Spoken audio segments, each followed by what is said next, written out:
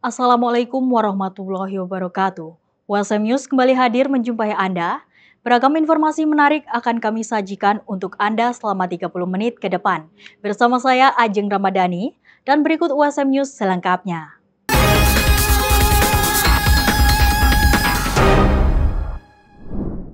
Universitas Semarang kembali melepas jamaah haji dosen dan karyawan. Di tahun ini, 5 jamaah haji dari USM akan menjalankan ibadahnya. Jumlah ini mengalami peningkatan dari tahun sebelumnya. Ibadah haji merupakan rukun Islam kelima yang wajib bagi setiap muslim yang mampu, baik secara fisik, finansial, maupun mental. Baru-baru ini Universitas Semarang melepas keberangkatan 5 jamaah yang terdiri dari 3 dosen yang akan menunaikan ibadah haji di Aula Masjid Baitur Rasyid USM. Insinyur Bambang Tutuko MMT perwakilan pimpinan USM menyampaikan, pada tahun ini 2025 jumlah jamaah haji dari USM mengalami peningkatan dibanding tahun sebelumnya. Kemudian Mas Ahmad. Alhamdulillahirrahmanirrahim. Tahun ini Universitas Semarang dosen dan karyawannya ada yang berangkat haji. Seperti tahun kemarin ada 4 orang, tahun ini alhamdulillah bertambah lagi menjadi 1 orang. Ada 3 dosen, yaitu Pak Syaiful Hadi yang juga merupakan imam Masjid Baitur Rasyid USM. Dan juga dari dosen Fakultas Teknik ada 2 orang, Bu Indirawati dan Bu Etika Hardiarti. Kemudian dari unsur karyawan ada Mas Isyabul Izzi dan istrinya Mbak Una. Alhamdulillah, tentu saja ini kami semua sangat bergembira karena ada rekan kita, rekan sesama karyawan Universitas Semarang yang berangkat haji. Kita berharap berangkatnya mereka ini, selain mereka di sana kita harapkan juga lancar, mudah, berkah, dan menjadi haji mabrur, juga menambah religiulitas yang ada di USM. Semoga semakin baik dan unggulnya juga semakin memberikan manfaat kepada masyarakat. Acara tersebut dihadiri Ketua Pengurus Yayasan Alumni Universitas Diponegoro, Profesor Dr. Insinyur Hajah Kesi Wijayanti SEMM, Anggota Pengawas Dewi Tuti Muryati SHMH, Insinyur Maria Sujatina MSI, serta dari Rektor USM Dr. Supari STMT, Sekretaris Wakil Rektor 2 USM Dr. Titin Winarti Eskom MM, Sekretaris Universitas Dr. Abdul Karim SEMSI AKCA, serta para pengurus takmir Masjid Baitur Rasyid USM. Insinyur Bambang Tutuko berharap keberangkatan para jamaah haji dari USM ini akan memberikan motivasi bagi seluruh sivitas akademika USM.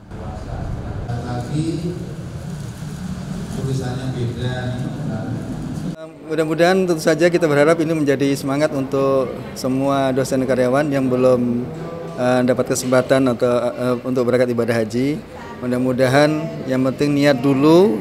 Dan kita lihat ternyata juga alhamdulillah dosen dan karyawan bisa berangkat haji. Dan ini alhamdulillah kita tunjukkan mereka masih muda-muda juga, semuanya masih muda.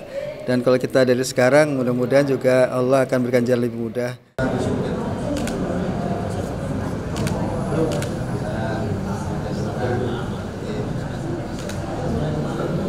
Acara ditutup dengan doa bersama serta pemberian cenderamata kepada para jemaah haji. Suasana haru dan syukur pun menyelimuti prosesi pelepasan tersebut sebagai wujud dukungan penuh dari keluarga besar USM.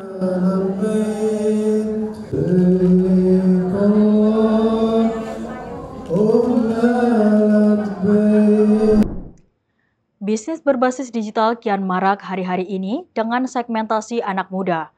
Seminar Digital Preneurship digelar untuk memperkaya skill dan pengetahuan mahasiswa dalam dunia bisnis. Unit kegiatan mahasiswa kelompok studi sosial ekonomi atau UKM KSSE Universitas Semarang menggelar kegiatan seminar bertema Digital Preneurship, cara cerdas membangun bisnis di era digital. Di era yang semakin menunjukkan perkembangannya dalam bidang teknologi ini, seminar difokuskan pada bagaimana mahasiswa nantinya akan membangun bisnis berbasis digital. Pengurus UKM KSSE Milatun Kamilah mengungkap, dengan terselenggaranya kegiatan tersebut diharapkan mahasiswa dapat mempunyai bekal dalam mengelola bisnis berbasis digital ke depannya. Harapannya melalui seminar ini semoga para peserta dapat memanfaatkan ilmu mereka, mengembangkan maupun mengelola usaha melalui ilmu yang sudah diberikan kepada para narasumber. Jadi mereka bisa mengaplikasikan ke dunia nyata. Saya ceritanya begitu.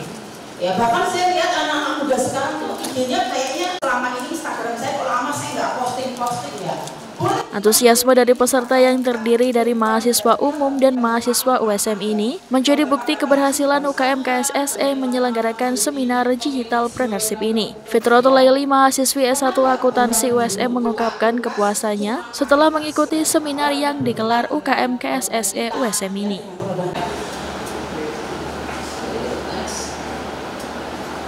Tadi saya mendapatkan materi tentang kewirausahaan dan di sini saya mendapatkan ilmu banyak, wawasan banyak, dan kita bisa menerapkannya di kehidupan kita sehari-hari.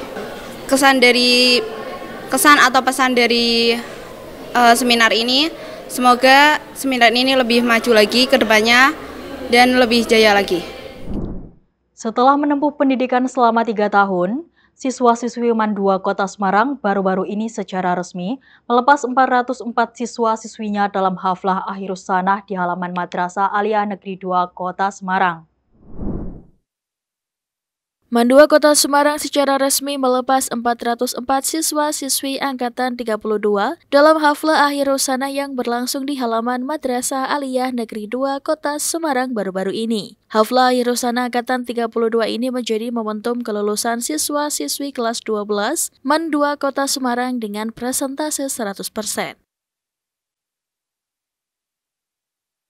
Saya sangat bangga dan ini karena program rutin tahunan maka harus kita laksanakan dengan hikmah dan sakral ya. Karena sebagai akhir studi kelas 12 untuk mengakhiri studi lah. Sekarang istilahnya akhir usanah dan pelepasan ya, karena kita tidak diperkenankan untuk menggunakan istilah wisuda ya, karena kita bukan mahasiswa.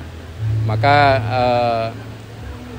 kami melepas sebanyak 404 siswa kelas 12 untuk selanjutnya melanjutkan ke perguruan tinggi dan mungkin sebagian ada yang masuk dunia kerja, ada yang ke pondok pesantren. Intinya kami harapkan semua siswa lulusan ini bisa bermanfaat untuk masyarakat.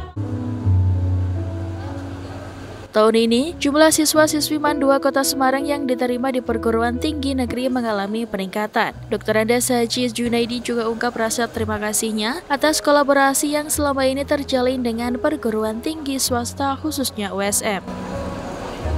Alhamdulillah senang dan lega pastinya karena saya sudah belajar di sini selama 3 tahun dan selama 3 tahun saya fun. Banyak teman-teman yang selalu support saya ketika saya kesusahan, ketika saya lagi banyak problem, teman-teman selalu support saya. Alhamdulillah, saya masuk jalur SNBP di Universitas Diponegoro.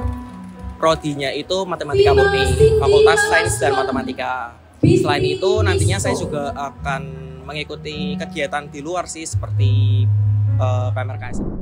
Gubernur Jawa Tengah Ahmad Lutfi meresmikan pembukaan kantor gubernur sebagai rumah rakyat. Rumah rakyat ini sebagai wadah aspirasi dan aduan masyarakat kepada gubernur.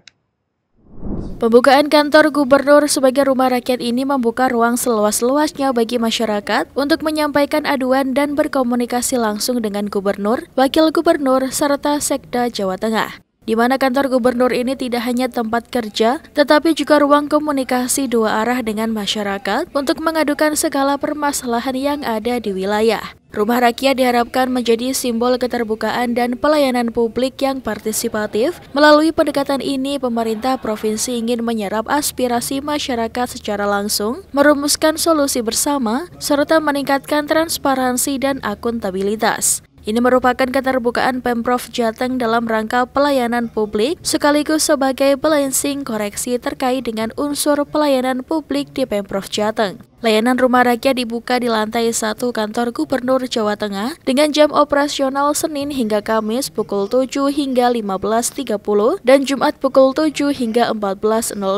Bagi masyarakat yang tinggal jauh dari ibu kota provinsi, layanan serupa tersedia di kantor Bakorwil Solo, Pati, dan Banyumas. Selain layanan tatap muka, masyarakat juga bisa menyampaikan aduan secara daring melalui situs ppid.jatengprof.go.id, kanal dinas terkait, atau nomor WhatsApp 081127733393. Hari ini Provinsi Jawa Tengah melaunching Rumah Gubernur Rumah Rakyat, di mana kantor gubernur ini tidak hanya tempat kerja saya, gubernur, wakil gubernur, Pak Sekda, tetapi rumah ini kita gunakan, kantor ini kita gunakan untuk melakukan komunikasi dua arah, brainstorming dengan membuka ruang bagi masyarakat kita untuk datang dengan mengadukan segala permasalahan-permasalahan yang ada di wilayah yang ditentukan topiknya. Contoh hari ini adalah topik tentang pendidikan.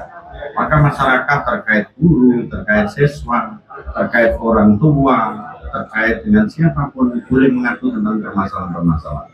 Hari berikutnya nanti bisa nelayan, bisa petani, bisa apapun yang terkait dengan dinas, terkait dengan pelayanan publik, ruangnya kita buka di rumah gubernur. Kemudian kalau bagi daerah yang wilayahnya jauh dari kantor gubernur, maka di masing-masing Bakorwil, masing-masing di Bakorwil sudah kita siapkan. Contoh misalkan Karjinan Suluraya, yang Sragen, kemudian yang Karanganyar, kemudian Wonogiri. Dia tidak perlu datang ke sini terlalu jauh, dia cukup di Bakorwil yang fungsinya sama.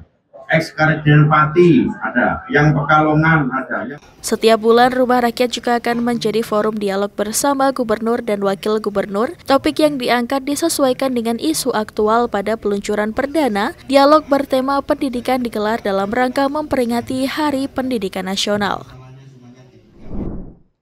Presiden Prabowo Subianto meresmikan Terminal Khusus Haji dan Umroh 2F di Bandara Internasional Soekarno-Hatta, yang diproyeksikan dapat menampung 94 juta penumpang per tahun.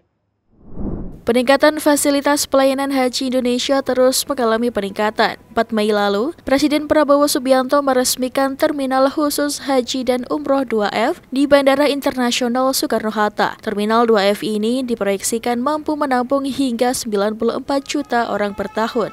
Dalam peresmian itu, Prabowo tampak didampingi oleh Duta Besar Arab Saudi untuk Indonesia Faisal bin Abdullah, Menteri Agama Nasaruddin Umar, Menteri Koordinator Bidang Infrastruktur dan Pembangunan Kewilayahan Agus Harimurti Yudhoyono, Menteri BUMN Erick Thohir, dan Menteri Investasi dan Hilirisasi Indonesia Rosan Ruslani. Selamat, sebagai bangsa Indonesia kita bangga tentunya. Fasilitas ini bagus, modern, luas, nyaman, dan kemampuan kapasitas ini juga cukup membanggakan. Dilaporkan akan lebih dari 94 juta kapasitas orang per tahun. Ini saya kira sesuatu prestasi yang luar biasa. Sekali lagi selamat, dan dengan demikian saya hari ini mendapat kehormatan besar untuk meresmikan Terminal Khusus Haji dan Umroh Terminal 2F Bandara Internasional Soekarno-Hatta. Terima kasih. Wassalamualaikum warahmatullahi wabarakatuh. Terminal Khusus Haji dan Umroh ini kini telah dilengkapi berbagai fasilitas penunjang seperti masjid seluas lebih dari 3.000 meter persegi, tempat manasik, ruang tunggu yang sejuk dan nyaman, area produk halal, makanan halal, serta lounge. Selain itu, konektivitas dengan transportasi publik juga telah ditingkatkan melalui jalur bus dan kereta api. Sebuah sekolah negeri tertua masih tetap eksis berdiri di Kabupaten Blora. Sekolah yang dibangun pada tahun 1910 tersebut dulunya merupakan sekolah rakyat khusus anak-anak perempuan.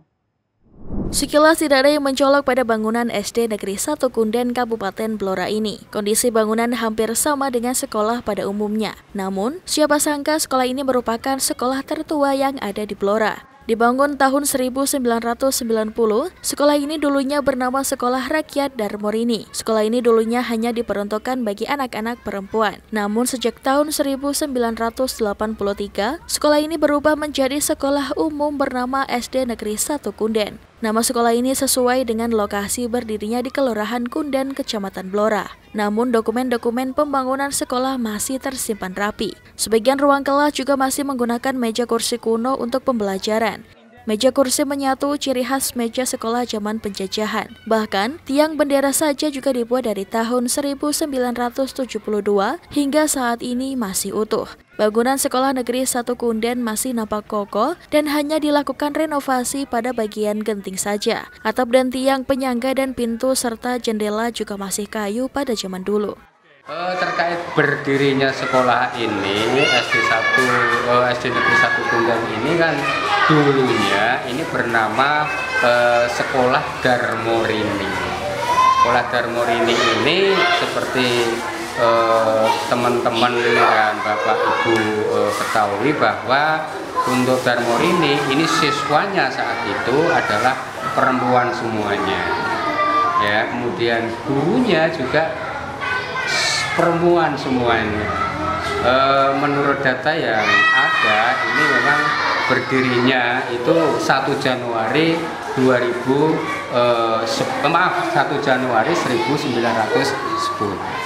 Itu ya.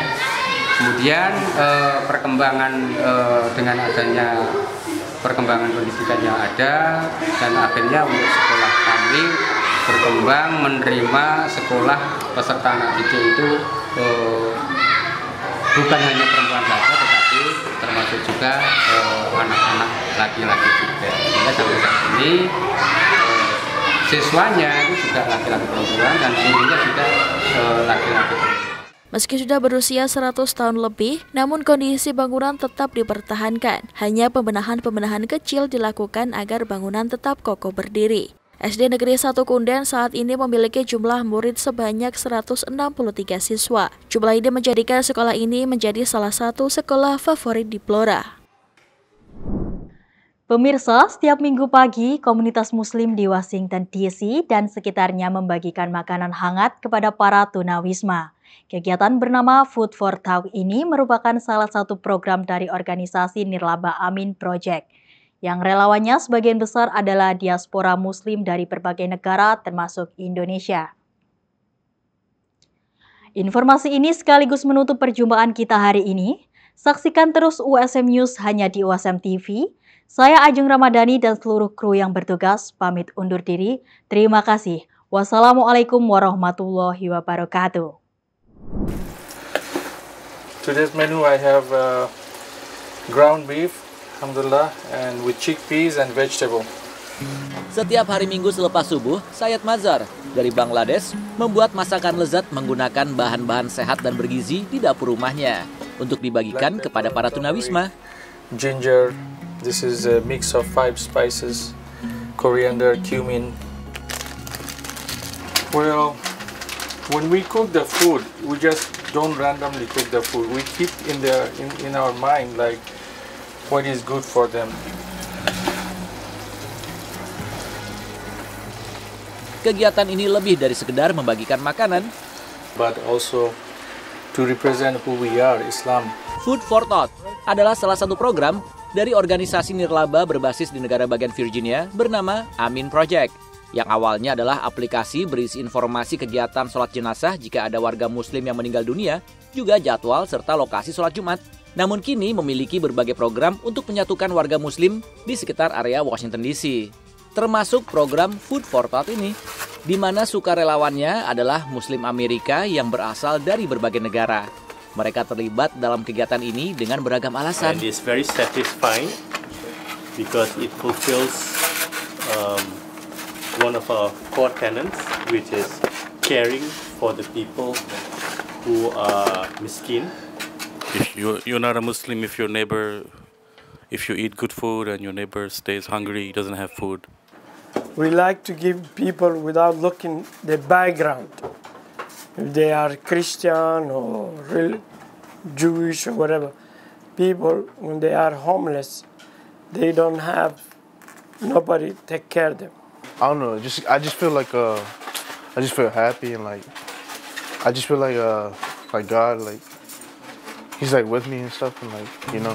Kegiatan berbagi makanan hangat disertai beragam minuman dan camilan ini dilakukan di lokasi di mana biasanya tunawisma berkumpul di tengah kota Washington DC bersama beberapa sukarelawan lain yang sudah menunggu di sana, termasuk diaspora Indonesia. Untuk mengingat bahwa kita mesti banyak bersyukur apa yang sudah diberikan untuk mengajarkan anak-anak kita, karena anak saya juga ikut terjun di Amin Project Volunteer, untuk mereka bisa realize kalau bersyukurlah mereka di sini dengan mempunyai segala-galanya.